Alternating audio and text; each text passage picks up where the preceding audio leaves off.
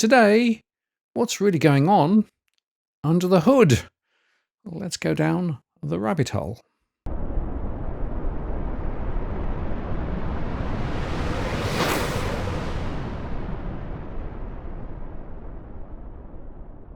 Hello again, it's Martin North from Digital Finance Analytics. Well, this post covering finance and property news. At the moment, we have some work going on in the studio with the power systems being upgraded and also the fiber connections are replaced as well. So we're off air real time. However, there are more than 5,000 shows in the DFA archive, and I guess that many of you won't necessarily have caught up with some of the really good ones. So what I'm doing is I'm going to replay some classic episodes over the next few days that really get to the heart of some of the critical issues that have driven my thinking over the last few years. So today I'm going to play my first down the rabbit hole conversation with my friend George. This was recorded some years ago again, but there is a really important kernel in the discussion here about what is truth, who defines what truth is, and how do we know the difference between truth and lies. And as George says, yeah, you can't necessarily believe what you're being told. It was very relevant in 2020 when we recorded the show. It's even more relevant now. George, hello, good to see you. Hello, Martin. How are you? Yeah, pretty good. And like I say, we spend a fair amount of time down rabbit holes, don't we? We do. It was fascinating how I came to meet you because both you and John Adams really caught my attention. And I remember calling you up and talking to you about what I thought of central banking around the world. But for today, I thought rather than actually talk about central banking and problems that we're facing economically in Australia and around the world, I thought to start off, we would talk about clear thinking and how we come to kind of believe what we see in the media, what we're taught at school, etc. And so I came to the conclusion that if we can actually get across to the viewers the idea of questioning what is told to them, they need to be able to answer truthfully to themselves whether or not something that's told to them can be proven factually. Right. So it's what I think you're getting at, and this is something, I'm a philosopher, right? By training through university, I actually am a philosopher and actually very nearly went into academic research after completing my degrees. But the fundamental point here is what's called the frame of reference, right? Everybody carries around in their heads a little model as the way that the world actually works, right? It's basically you absorb it from your parents, you absorb it from the experiences that you have, all the things that you consume, be it media or everything else. But there is an implicit model. And most people never stop to think about what that model is and how it actually functions and how it determines the way you see things, right? And so one of the things that philosophy does is to try to strip away that and highlight some of the assumptions that people actually have. And once you start doing that in the financial sector or elsewhere, you reach some quite amazing and quite interesting conclusions. But I think your point would be, yeah, that's precisely it. And even when you're a kid, you start getting indoctrinated. Well, that's the point. And I remember when I was, my parents brought me up a particular way. Let's just say, I think of people like a computer. You buy a computer and you put an operating system in it. And then from there, you add your programs. Yeah. And it's interesting because, there is this big debate about nature versus nurture, right? So how much of it is actually innate and how much of it is overlaid, right? And the truth is nobody quite knows because it's some combination, right? But what is true is that you will actually absorb from your environment, from your parents, from your surroundings, a basic set of assumptions about the way the world is. And in fact, then through perhaps the education process, you might or might not be able to actually test some of those things, but you are still carrying that baggage. And very often people continue to carry that baggage forever because they never stop and question it. I've got a friend of mine that we meet once a week and we talk about the world and all sorts of things. And he said, George, you might want to ask a few questions. And I was curious anyhow, so I thought, I think it's about time I did. So I went, since 2011, I've been researching. My daughter thinks I'm a troller on the computer. And what I found out as I was researching is that things didn't make sense.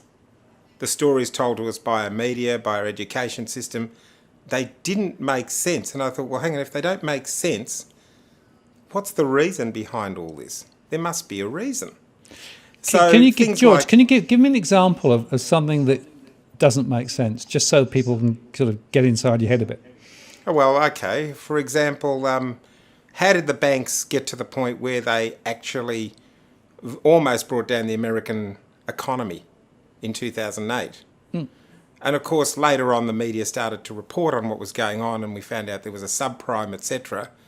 But up until this whole crash happened, the media and everything was saying everything is fine, nothing to see here, everything's great.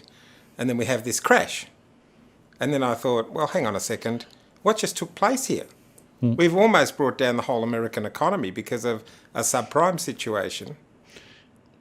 Well, what's interesting about that is that before the crash, there were only a very few people saying we got a problem, right?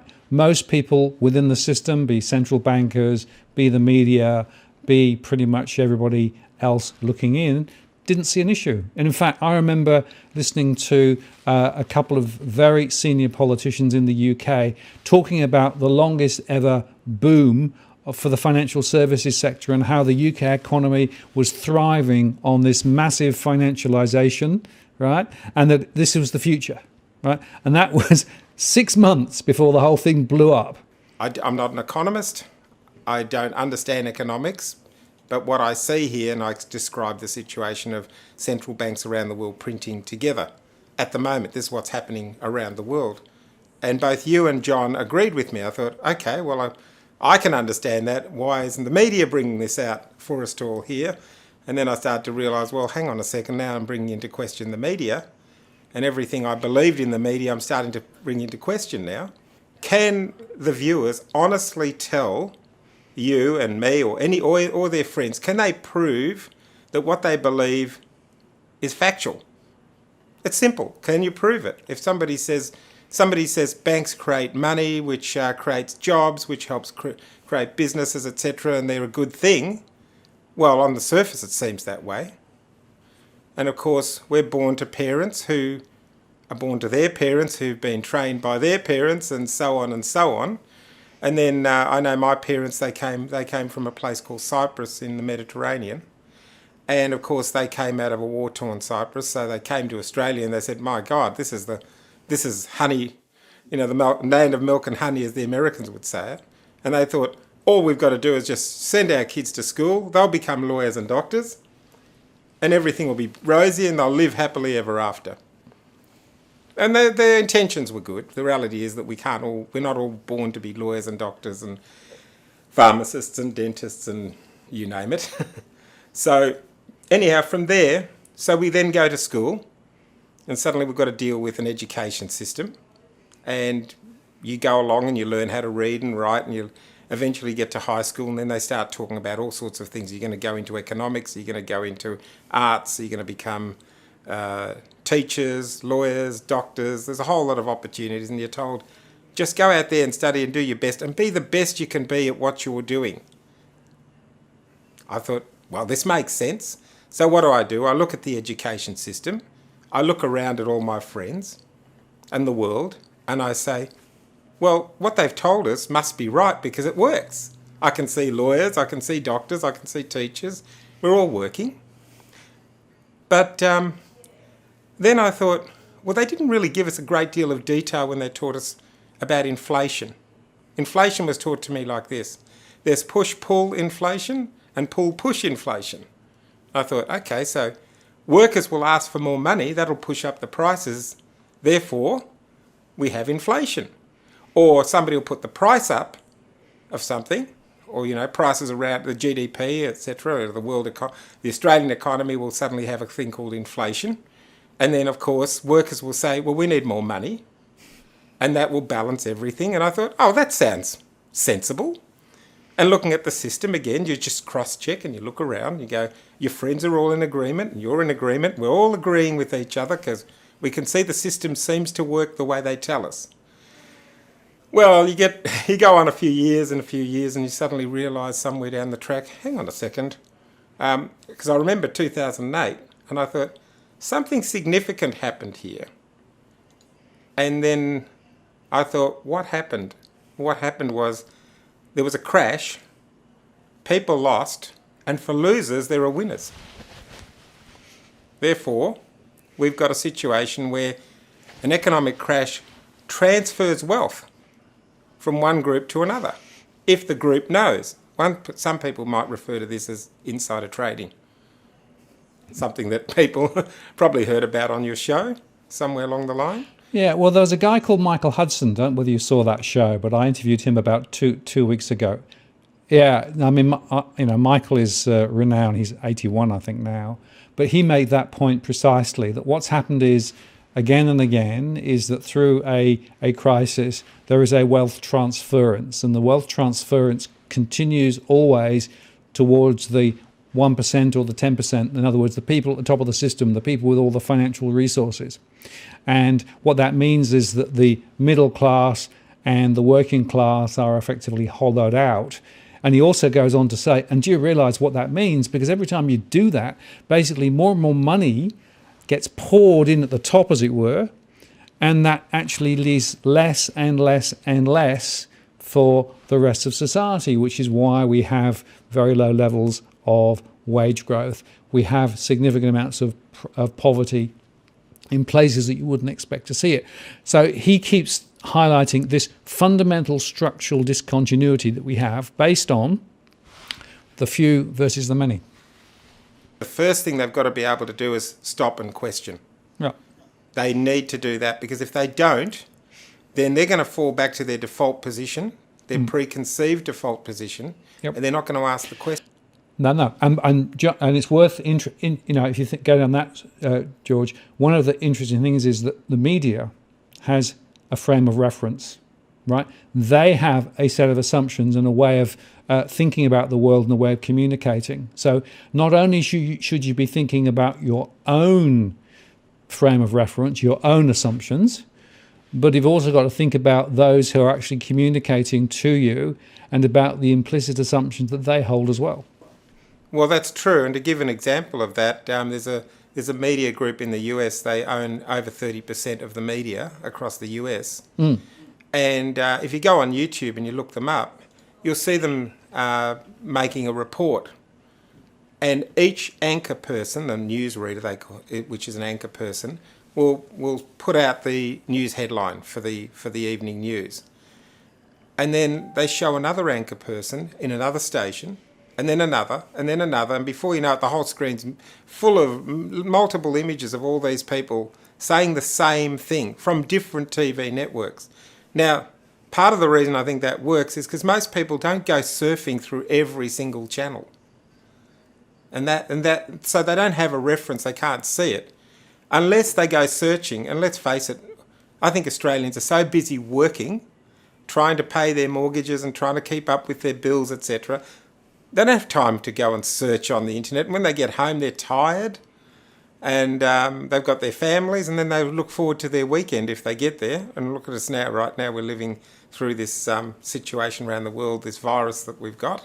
I noticed as time went on, you talk about something and a response like this would come back at you. Well, everybody knows. And I thought, hang on a second. How can everybody know?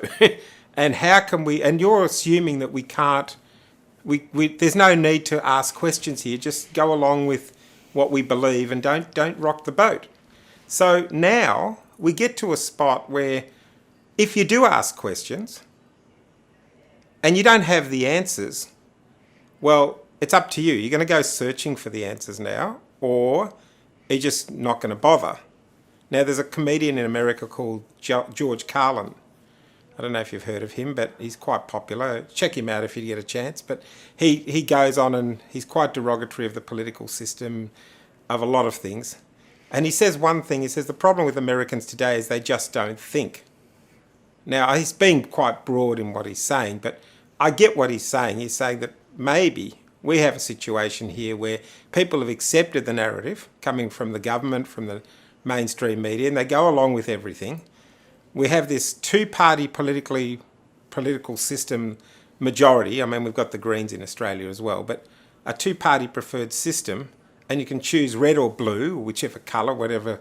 And then we've got a situation where not only do you have that choice now, but in having the choice, you've created division. And there's a term, divide and conquer. And you think, hang on, so the people are not united, they're divided. And in so doing, now they argue over their political aspirations, and they don't no longer actually take the time to look and see, is there a similarity between these two parties? Is there something that links them? That's what came to my mind. Something that was common between both the Labor Party and Liberal Party of this country, and for that matter, you could go around the world. And what I came to the conclusion was, I can see one thing that links them, and that was banking. And a friend of mine said, I told this to a very sceptical friend of mine. I said, look, the Labor Party and the Liberal Party are as one. And he said, oh, no, George, the Labor Party cares about the little man. The Liberal Party only cares about big business. And I said, I'm sorry to disappoint you, but they're one and the same. And he said, how so? And I said, they both promote debt. And he said, how? And I said, well, the Liberal Party promotes private debt and the Labor Party promotes public debt. So we've got the lever of going into debt back and forward. Liberal, private, Labor, public. And he said, oh, that's a good point. And I said, I don't see how creating debt for the sake of creating debt is necessarily good for anybody, except for one group. That'd be the banking system. And he said, oh, that's a good point. And I said, look, I don't expect you to agree with me. What I expect you to do is just go and do a little bit of research and you might just see what I'm talking about. A couple of weeks later, he came back to me and said, you're spot on. He said, I can see it now. And I said, well, of course, now you can see it because you've taken the time to see it. So we have this situation where the people are divided. And of course, this leads on to other things like, okay, is our education system designed to benefit us, or is it really designed to benefit somebody else? And I began to kind of look at that and I thought, well, my education system never took me down this path of questioning things to this level. And I started to realise, well, I think we've got a situation here. We've got a situation where we can't clearly think because we've become quite conditioned in our thinking to think a particular way. So that makes it very hard. It's almost like putting a blindfold in front of somebody and saying, don't worry, trust me, you can walk across the road. I know you can hear traffic. You won't get run over. I promise you. So you walk across the road and a truck comes past, to put forward an analogy, and you say, that didn't work very well. Oh, well, you didn't take the time to listen, you see. Well, you never told me about listening, or you never warned me about this. And so you go on through life making these mistakes, eventually get to my age and say, I'm sick of making these mistakes. So you start to realise there's something, as they say, the old term, something rotten in Denmark. We'll say it's Australia for now. And so now your head starts to say, okay, I've seen this happen. And as we get older, younger generations they can't go back and see the older generation's past. And a very common thing is for the younger generation to challenge the older generation. Nothing wrong with that, by the way. But the thing is, while they're challenging, they should also take into account they may have something they can use in terms of life experiences. So they need to kind of, by all means, challenge the older generation because they do make their mistakes. But the new generation is going to make theirs as well. Yeah. Yeah, well, let me just come in there, George, because there's something which you said a little while ago about the fact that people are very busy and therefore they just go around with these assumptions in their head, right? I'd argue that there are two fundamental things that are part of that. The consumer society that we're part of, we're being thrown images all the time of consume more, consume more, consume more, consume more, right? And that is, I think, one of the angles as to why ideas get crowded out, because essentially it's all about, the next great flashy thing you can go buy. It's the first point.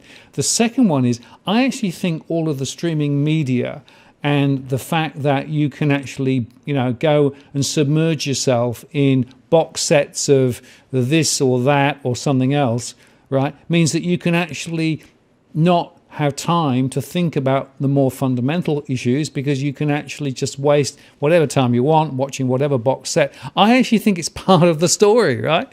Because the fact of the matter is that those will themselves have a worldview contained within them. And when you're watching, I don't know, Netflix, for example, there are a set of implicit values that Netflix actually is connoting all the time. So if you're basically getting your ideas and, all that exposure, again, what's happening is that there are, behind the scenes, subliminally almost, a set of values that are flowing into your worldview and determining the way you see everything. Yes, well, I did come across somebody on YouTube. His name was Yuri Brezhnev, and he spoke about, he was ex-KGB, and he spoke about what Secret Service, what they do in actual fact. He said a lot of people think we go around, we shoot people and so forth. He said sometimes we do, but he said the real agenda of Secret Service is to change society's thinking over a long period of time. And he said you can get to the point where you can tell somebody, you can show them positive proof that something that they thought was the truth is a lie, and they will not believe you because they're so conditioned.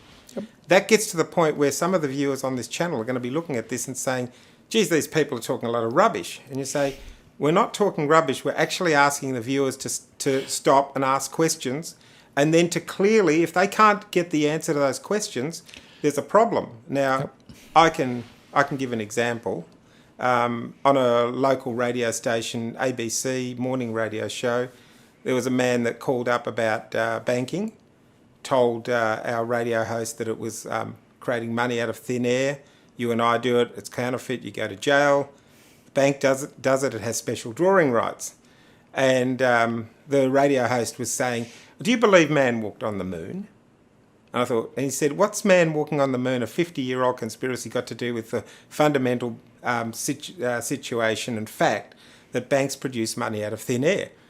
And this went on for a while, and then in the end, the radio host said, okay, we've had your call. And he was suggesting, why don't you ask the bankers that come on your show where they get their money and how they get it? And he said, well, you've had your call and there's other callers waiting. So that was the end of that conversation. And I think what happens in the media, if they cannot win an argument, they will not have it. They'll simply cut it off and they'll move on. And this is the control. So if you think about our media and how much people rely on it to keep them informed, if it's being skewed, well, they're not being informed anymore. That now turns into propaganda. Yeah. And I was going to say, it's very interesting. If you start thinking about that and then asking about some of the associations, so for example, some of the TV stations have direct connection with the property sector, right? And therefore, not surprisingly, you quite often see a lot of very positively spun programs about how great property is. Now, that isn't just a happenstance. There is actually deliberate connections being drawn to persuade people that actually, go buy that next property, be part of that. So almost it creates a demand. Yeah. Because what happens is people look around again, as we always do. We all check to see what our neighbours are doing. We see them going to auctions and we see them bidding up the price. We see the media coming at us and saying, look, our prices on houses have jumped up 100,000 in 12 months on the average house. And you sit there thinking, my God, I better rush in, I'm going to miss out. And this creates what an old term, you've heard the term Ponzi scheme. It can. Well, and you it might is. think, it has. It may just about collapse. The other thing I wanted to say, though, is you make another really interesting point, right? Because if, as you and I are both saying, we're not trying to tell somebody that A is true or B is true. What we're saying is you need to ask the question about what you think, right? And so I would argue that DFA and what we're trying to do on the DFA channel is not provide a pre-packaged answer to all of the questions, right? What we're trying to do is to pose questions, if you like, open people's minds to different perspectives. So there will be people on this channel, for example, who believe that big debt isn't a problem. You know, the MMT guys, we've interviewed them before. There are people who actually think that gold is the way to go. There are people who think that property is always worth. So I've tried to paint a range of different views and opinions from different people, right? Rather than simply say, this is what you should think. Now, that's unusual for a YouTube channel, because in fact, quite a few of the YouTube channels that are out there are absolutely doctrinally aligned to a particular view. I'm not going to mention any specific channel, but there is one, for example, that I know quite well, that is quite well regarded, but they are fundamentally about pushing gold, right? So behind it, everything is about gold is the answer to your problem, right? And I'm just not in that game. So I am in the game of helping people to recognize that there are questions that they need to ask. Another interesting example, I was talking to Steve Keen some time ago about this issue of the economic philosophy about the way that banks work, and the fact that we know banks do create money out of thin air. It's a ledger. They can do it as much as there are people who want to borrow, right?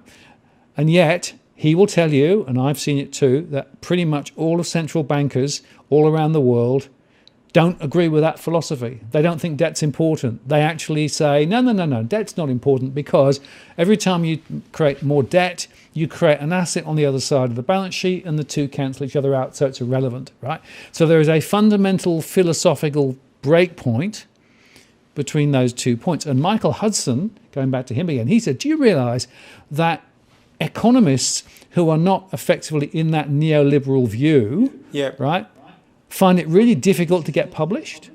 They find it really difficult to get established academic positions. So correct. Even in academia, the very centre of what should be free and open, right, is actually just the same. So there's a set of implicit assumptions, even in the academic environment as well. Okay, so you've said that now, and I did mention education and to whose benefit. Yeah. And here's Michael Hudson saying that exactly what you've just said now about certain people don't get to go anywhere unless they fit the academic view, the neoliberal academic view, seems, in the world. Yep. And here we are, and it leaves us confused. Most people don't understand how banking works. They don't understand how the economy works. They trust the media. They trust the government. And when the wheels fall off, they go, oh, well, we didn't see that coming. So I've come to the conclusion that when I listen to people, I take the resources from several different points of view, and I use those different points of view to give me a full picture, because I don't believe one person has it. And when you do go looking and trolling through YouTube and Google, searching for things, well, first of all, understand that Google, YouTube and Facebook are corporate controlled, and for whose interest? Well, the corporations, of course. But the situation is nobody has the perfect answer. Your statistics are interesting, although you have to take them, from a government source? I can take them from a range of sources, and of course I also collect primary data direct from households, and that's one of the reasons why I do it, because I didn't want to have second-hand data, as it were. Okay, that's good that you explained that, because I think it's very important for the viewers to know that you're trying to get a balance, which I think is really good, and you mentioned that before. Yep. So I like that, and I think that out of all the people who talk finance and so forth and the economy, you're certainly one of those that are in the group that I listen to. And I do listen to your channel quite regularly. It's amazing the amount of information you put out is incredible, but it's a great channel. I think John Adams is onto something, although I don't think that John Adams has the total story. I think he's got part of it. I think that Michael Hudson has another part. Steve Keen has another part. When you put them all together, you will eventually start to see a picture form. Yeah, well, George, look, I appreciate your time today. And, just to sort of summarize, it's really important that people understand that there are a bunch of implicit assumptions that people go around with, right? And those implicit assumptions inform pretty much everything that goes on. It's really good to start asking the hard questions about why is it the way it is, what assumptions are there, what is the worldview, and why is it that way, right? Because then you can begin to understand perhaps a little bit more about what's going on. And I think in the next episode, you're going to share with us perhaps your perspective based on the worldview that you've now been able to begin to pick apart. And I think that'll be a really interesting conversation. But thanks for your time today. And we'll catch up again for the next episode down the rabbit hole once again.